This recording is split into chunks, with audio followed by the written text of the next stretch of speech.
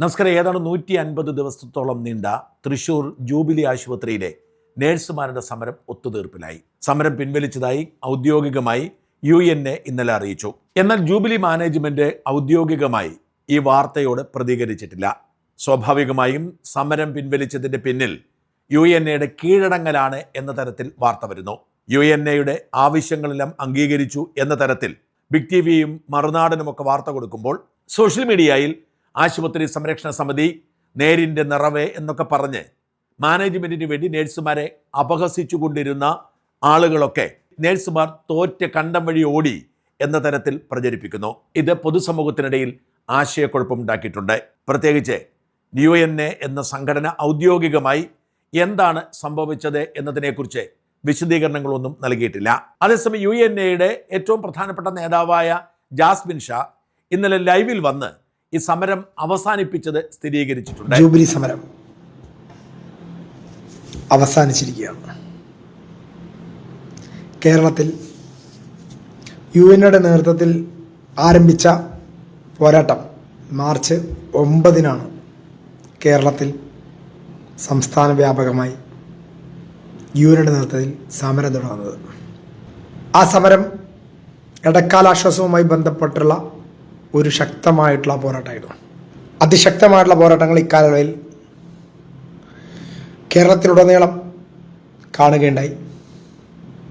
എന്തായാലും ഇന്ന് ഏറ്റവും സമാധാനത്തോടെ കഴിഞ്ഞൊരു 4 മാസത്തിന് ശേഷം ഉറങ്ങാൻ കഴിയുന്ന ഒരു രാത്രിയായിരിക്കും നഴ്സിംഗ് സമൂഹത്തിന് എന്നുള്ള കാര്യത്തിൽ തർക്കം വേണ്ട. എന്തുകൊണ്ടാണ് സമരം പിൻവലിച്ചതായുള്ള എഗ്രിമെന്റ് പുറത്തുവിടാത്തത്?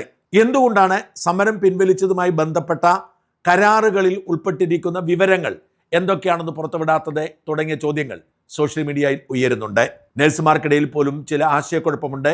UNAയുടെ നേതാവായ ജിതിൻ ലോഹിക്ക് ഒരു നഴ്സ് അയച്ച സന്ദേശം ഇങ്ങനെയാണ്. ജിതിൻ ഭായി, എന്നാണ്ട് വിശേഷങ്ങളൊക്കെ? നമ്മുടെ ആ ജൂബിലിയുടെ സമരത്തിന്റെ കാര്യം തന്നെ ചോദിക്കാൻ വേണ്ടിയായിരുന്നു മെസ്സേജ് ഇട്ടത്. ഞാൻ നേരത്തെ വിളിച്ചതിനായിരുന്നു. എന്നെ ബ്രോ തന്നെയാണ് നമ്മുടെ ഫേസ്ബുക്കിലും അങ്ങനെയൊക്കെ പല രീതിയിലുള്ള അഭിപ്രായങ്ങൾ കാണുന്നു. വിജയിച്ചെന്നും വിജയിച്ചില്ലെന്നും ഒക്കെ ഒന്ന് പറയാവോ എന്താന്നുള്ളത്? നമ്മുടെ ഇതിലൊക്കെ മുന്നോട്ട് നമ്മള് പ്രതികരിച്ചുകൊണ്ടിരുന്ന ആളാണല്ലോ നമ്മുടെ മറുനാടൻ. പുള്ളിക്കാരന് ഒരു വീഡിയോ ഒന്നും ഇട്ടിട്ടില്ല. അപ്പൊ അതിൻ്റെ അകത്ത് സംഭവം ശരിക്കും ഇത്ര നാള് പോരാടിയത് വെറുതെ ആയോ, അതോ എന്തെങ്കിലും നേട്ടം നേടിക്കൊണ്ടാണോ സംഭവം അവസാനിപ്പിച്ചത് ഒന്ന് അറിയാൻ വേണ്ടിയിട്ടായിരുന്നു ഒരു മെസ്സേജ് ഇട്ടത്. ഒന്ന് പറയണേ. Thank you. ഈ സമരം പിൻവലിച്ചതുമായി ബന്ധപ്പെട്ട വാർത്ത റിപ്പോർട്ട് ചെയ്യണോ എന്ന കാര്യത്തിൽ എനിക്ക് ആശയക്കുഴപ്പമുണ്ടായിരുന്നു. കാരണം ജൂബിലിയുമായി ബന്ധപ്പെട്ട് ഇനി ഒരു വാർത്തയ്ക്കുമില്ല എന്ന് നേരത്തെ പ്രഖ്യാപിച്ചതാണ്. എന്നാൽ സമരം അവസാനിച്ചു കഴിയുമ്പോൾ അതുമായി ബന്ധപ്പെട്ട ചില ആശയക്കുഴപ്പങ്ങൾ നിലനിൽക്കുമ്പോൾ പ്രതികരിക്കാതിരിക്കുക പ്രയാസമാണ്. UNA സമരം അവസാനിപ്പിച്ച് ഓടി രക്ഷപ്പെട്ടു, ശമ്പള വർധനവൊന്നും നടപ്പിലാക്കിയിട്ടില്ല എന്ന് വിശ്വസിക്കുന്നവരെ കുറ്റം പറയാൻ കഴിയില്ല. കാരണം UNA ശമ്പള വർധനവിനെ കുറിച്ച് വ്യക്തമായ ക്ലാരിറ്റിയോടെ ഒന്നും സംസാരിച്ചിട്ടില്ല. അതുകൊണ്ടാവാം ഇന്നലെ ദീപികയുടെ ന്യൂസ് എഡിറ്ററായ ജോൺസൺ പൂവന്തുരുത്ത്, എൻ്റെ പഴയ സഹപ്രവർത്തകനാണ്, ഒരു പരിഹാസ ചിരിയോടെ ഇമോജി അയച്ചത്. എന്തിനാണ് ആ ഇമോജി അയച്ചത് എന്ന് ചോദിക്കാൻ ഞാൻ ജോൺസനെ വിളിച്ചെങ്കിലും ജോൺസൺ ഫോൺ എടുത്തില്ല.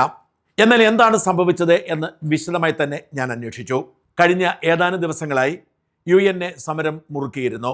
ഇതിനു മുൻപ് ആശുപത്രിയുടെ പ്രവർത്തനത്തിന് ഒരു തരത്തിലും തടസ്സമുണ്ടാക്കാത്ത വിധത്തിലായിരുന്നു UNA സമരം ചെയ്തതെങ്കിൽ ജൂബിലി ആശുപത്രിയുടെ ഏറ്റവും പ്രധാനപ്പെട്ട കവാടമായ ഗേറ്റ് നമ്പർ 3 പൂർണ്ണമായും ഉപരോധിച്ചുകൊണ്ട് പുതിയ സമരമാർഗമെടുത്തു.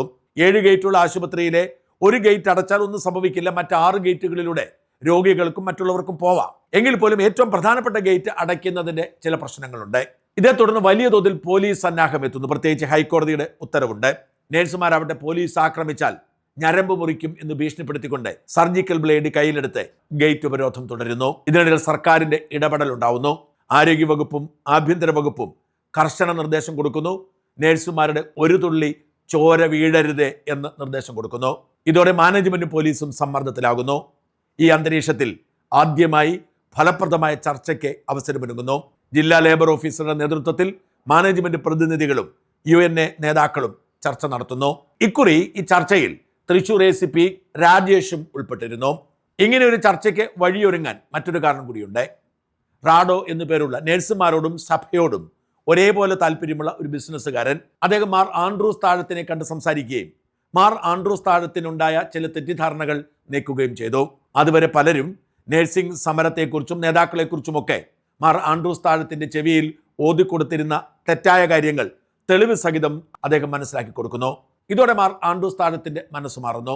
നഴ്സുമാരുടെ ആവശ്യം ന്യായമെങ്കിൽ അവ പരിഗണിക്കണം എന്ന നിലപാടിലേക്ക് മാർ താഴത്ത് മാറുന്നു. മാനേജ്മെന്റിലെ ചില ആളുകൾക്ക് അതിനോട് വിയോജിപ്പുണ്ടായിരുന്നെങ്കിലും മാർ ആൻഡ്രൂസ് താഴത്ത് സഹാനുഭൂതിയോടുകൂടി തന്നെ നഴ്സുമാരും കുടുംബം നടത്തുന്നവരാണ്, അതുകൊണ്ട് അവരുടെ ആവശ്യങ്ങൾക്ക് ചെവി കൊടുക്കണം എന്ന നിലപാടിലേക്ക് മാറുന്നു. അതുവരെ ചിലരൊക്കെ മാർ താഴത്തിനെ തെറ്റിദ്ധരിപ്പിച്ച് വെച്ചിരുന്ന ചില വിഷയങ്ങളിൽ അദ്ദേഹത്തിന് ക്ലാരിറ്റി ഉണ്ടാവുകയും സമരം അവസാനിപ്പിക്കാൻ അദ്ദേഹം തന്നെ താല്പര്യം കാണിക്കുകയും ചെയ്യുന്നു.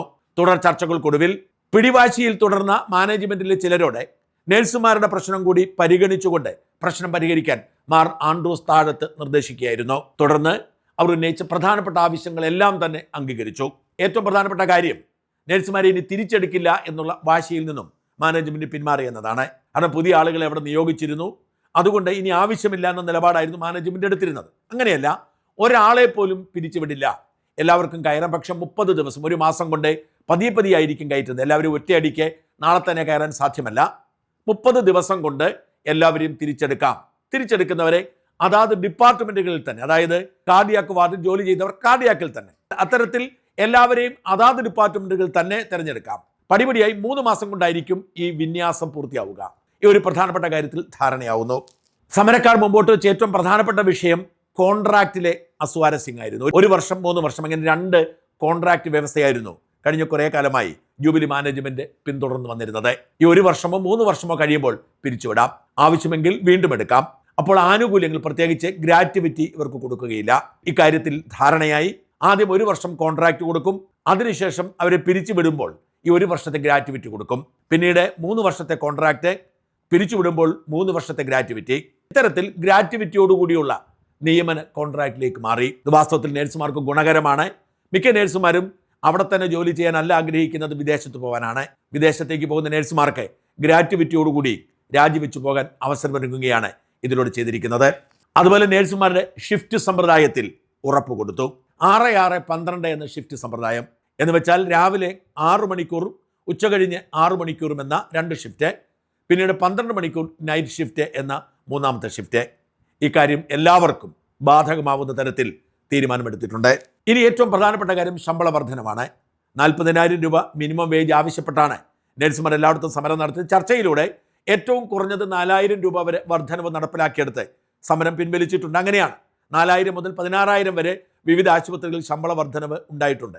ഇക്കാര്യത്തിൽ കൃത്യമായ ക്ലാരിറ്റി ഇതുവരെ പറഞ്ഞിട്ടില്ല. ഞാൻ ജാസ്മിൻ ഷായെ വിളിച്ചു ചോദിക്കുമ്പോൾ അദ്ദേഹം പറഞ്ഞത് ഇക്കാര്യത്തിൽ ചില ധാരണകൾ എത്തിയിട്ടുണ്ട്, പക്ഷേ ആ ധാരണകൾ പുറത്തുവിടരുത് എന്നാണ് മാനേജ്മെന്റ് ആവശ്യപ്പെട്ടിരിക്കുന്നത്. അതുകൊണ്ട് ആ ധാരണ തെറ്റിക്കാൻ പ്രയാസമാണ്, അതുകൊണ്ട് പറയാൻ പ്രയാസമാണെന്നാണ്. ജാസ്മിൻ ഷാ അങ്ങനെ ഒഴിഞ്ഞു മാറിയതായി എനിക്ക് തോന്നി. ശമ്പള വർധനവ് ഇല്ല എന്ന് പറയുന്നത് ശരിയാവുമെന്ന ആശങ്ക എനിക്കുമുണ്ടായി. ഞാൻ മാനേജ്മെന്റ് തലത്തിൽ ചില അന്വേഷണങ്ങൾ നടത്തി.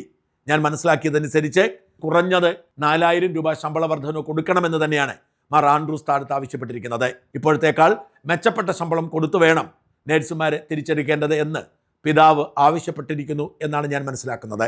എന്നാൽ ഇക്കാര്യത്തിൽ അന്തിമ തീരുമാനമായിട്ടില്ല. ബിഷപ്പുമായി കൂടി ചർച്ച നടത്തിയ ശേഷമായിരിക്കും തീരുമാനമുണ്ടാവുക. നഴ്സുമാരിൽ ഭൂരിഭാഗവും കത്തോലിക്ക കുടുംബാംഗങ്ങളാണ്. അവരുടെ കുടുംബത്തെ സംരക്ഷിക്കാനുള്ള ഉത്തരവാദിത്വം തങ്ങളുടേതാണ് എന്ന നിലപാടിലേക്ക് മാർ താഴത്ത് മാറിയതോടെ നഴ്സുമാരുടെ ശമ്പള വർധനവിലും ഏകദേശ ധാരണയുണ്ട് എന്നാണ് മനസ്സിലാക്കാൻ കഴിയുന്നത്. അത് നഴ്സുമാർ ആദ്യം മുതൽ ആവശ്യപ്പെട്ടതുപോലെ കുറഞ്ഞത് 4,000 എന്ന നിലയിൽ തന്നെ ആയേക്കും എന്നാണ് റിപ്പോർട്ട്. എന്തായാലും 2 ആഴ്ചയ്ക്കുള്ളിൽ ഇത് സംബന്ധിച്ച അന്തിമ തീരുമാനമുണ്ടാകുമെന്നും അടുത്ത മാസം ശമ്പളം കൈപ്പറ്റുമ്പോൾ ഉയർന്ന ശമ്പളം തന്നെ കിട്ടുമെന്നും നഴ്സിംഗ് സംഘടന നഴ്സുമാർക്ക് ഉറപ്പ് കൊടുത്തിട്ടുണ്ട് എന്നാണ് ഞാൻ മനസ്സിലാക്കുന്നത്. ഔദ്യോഗികമായി പ്രഖ്യാപനമില്ല, പക്ഷേ അത്തരത്തിൽ ഒരു തീരുമാനം മാർ ആൻഡ്രൂസ് താഴത്ത് തന്നെ നേരിട്ടെടുത്തിരിക്കുന്നു എന്നാണ് എനിക്ക് മനസ്സിലാക്കാൻ കഴിയുന്നത്. ഇതിന്റെ വിശദാംശങ്ങളൊന്നും ഇതുവരെ പുറത്തു വന്നിട്ടില്ല. പ്രത്യേകിച്ച് ചില ആളുകൾ ബോധപൂർവം സൈബർ ആക്രമണം നടത്തുന്നത് കൊണ്ട് തന്നെ അവരെ പ്രകോപിപ്പിക്കാതിരിക്കാൻ വേണ്ടിയാവാം ഇതേക്കുറിച്ചുള്ള വിശദാംശങ്ങൾ ആരും പറയാത്തത്. എന്തായാലും UNA എന്ന നഴ്സിംഗ് സംഘടനയും ജൂബിലി മാനേജ്മെന്റും തമ്മിലുള്ള ധാരണയനുസരിച്ച് കോൺട്രാക്ട് വിവരം രഹസ്യമാക്കി വെക്കണമെന്നാണ് ഇത് പുറത്തു വരാൻ പോകുന്നില്ല. ഇത് ഈ സമര സമയത്ത് എല്ലാവരും ചോദിച്ചിരുന്നത് ഏതാണ്ട് 450ഓളം ആശുപത്രികളിൽ സമരം നടത്തി വിജയിച്ചതിന്റെ കോൺട്രാക്ട് വിവരം എന്താണ് പുറത്തുവിടാത്തത് എന്നാണ്. അത് തന്നെയാണ് ഇവിടെ സംഭവിക്കുന്നത്. മാനേജ്മെന്റുകൾ പലപ്പോഴും ഇത്തരം ധാരണയിലെത്തുമ്പോൾ മറ്റു പല ബാഹ്യ സമ്മർദ്ദങ്ങളെയും അതിജീവിക്കാൻ പ്രയാസമായതുകൊണ്ട് കോൺട്രാക്ട് പുറത്തുവിടരുതേ എന്ന് പറയും. അതിവിടെയും സംഭവിച്ചിരിക്കുന്നു എന്നാണ് മനസ്സിലാക്കുന്നത്. അതുകൊണ്ട് കോൺട്രാക്ട് വിവരങ്ങൾ പുറത്തുവിടില്ല. പക്ഷേ നഴ്സുമാർ തികഞ്ഞ ആത്മവിശ്വാസത്തിലാണ്. കാരണം ഇന്നലത്തെ ചർച്ചയിൽ മാർ ആൻഡ്രൂസ് താഴത്തിന്റെ പ്രതിനിധി നഴ്സുമാർക്ക് പൂർണ്ണമായും അനുകൂലമായ നിലപാടാണ് എടുത്തത്. അതുകൊണ്ട് തന്നെ നഴ്സുമാർക്ക് വിശ്വാസമുണ്ട്, സഭാ നേതൃത്വം കൈവിടില്ല, ഉയർന്ന ശമ്പളം തന്നെ ലഭിക്കുമെന്ന്. പരസ്പരം പഴിചാരുകയും കരിവാരി തേക്കുകയും ചെയ്യുന്നത് ഒഴിവാക്കണം എന്നത് ഈ ചർച്ച തീരുമാനത്തിലെ പ്രധാനപ്പെട്ടതാണ്. അതുകൊണ്ട് തന്നെ സഭാ നേതൃത്വത്തെയോ മാനേജ്മെന്റിനെയോ ഒരു തരത്തിലും കുറ്റപ്പെടുത്തരുതേ എന്ന് നഴ്സുമാർക്ക് കൃത്യമായ നിർദ്ദേശം UN നേതൃത്വം കൊടുത്തിട്ടുണ്ട്. സമരം വിജയിച്ചു, പക്ഷേ അത്യാഹ്ലാദം വേണ്ട. സഭാ നേതൃത്വത്തെ ജൂബിലി മാനേജ്മെന്റിനെയും അപമാനിക്കാൻ കൂട്ടുനിൽക്കരുത് എന്നാണ് UN പറഞ്ഞിരിക്കുന്നത്. സഭാ നേതൃത്വവും ജൂബിലി മാനേജ്മെന്റും തിരിച്ച് നഴ്സുമാരെയും UN അപമാനിക്കുന്ന നിലപാടെടുക്കുകയില്ല. എന്നാൽ ചില കടലാസ് സംഘടനകൾ, ഇതുവരെ കൊട്ടേഷൻ എടുത്തതുപോലെ പ്രവർത്തിച്ചിരുന്ന ചില സൈബർ കീടങ്ങൾ, അവർ ഇപ്പോഴും വ്യാജ പ്രചരണം നടത്തുന്നുണ്ട്. അതല്ല വാസ്തവം. മാർ ആൻഡ്രൂസ് താഴത്തിന്റെ മുൻകൈയിൽ തന്നെ നഴ്സുമാരുടെ സമരം ഫലപ്രദമായി ആരും ജയിക്കാതെ ആരും തോൽക്കാതെയുള്ള ഒരു ഒത്തുതീർപ്പിലെത്തിയിരിക്കുന്നു എന്നാണ് എനിക്ക് മനസ്സിലാക്കാൻ കഴിഞ്ഞത്. ജൂബിലി മാനേജ്മെന്റിനും തൃശൂർ രൂപത മെത്രാൻ മാർ ആൻഡ്രൂസ് താഴത്തിനും 150 ദിവസം സഹന സമരം നടത്തി വിജയിച്ച UNAയ്ക്കും നഴ്സുമാർക്കും അഭിവാദ്യങ്ങൾ. നഴ്സുമാരെ സഹാനുഭൂതിയോടെ കേട്ട് പ്രശ്നപരിഹാരത്തിന് മുൻകൈയെടുത്ത ജൂബിലി മാനേജ്മെന്റിനും വിശിഷ്യ തൃശൂർ രൂപതാധ്യക്ഷന്മാർ ആൻഡ്രൂസ് താഴത്തിനും നന്ദി.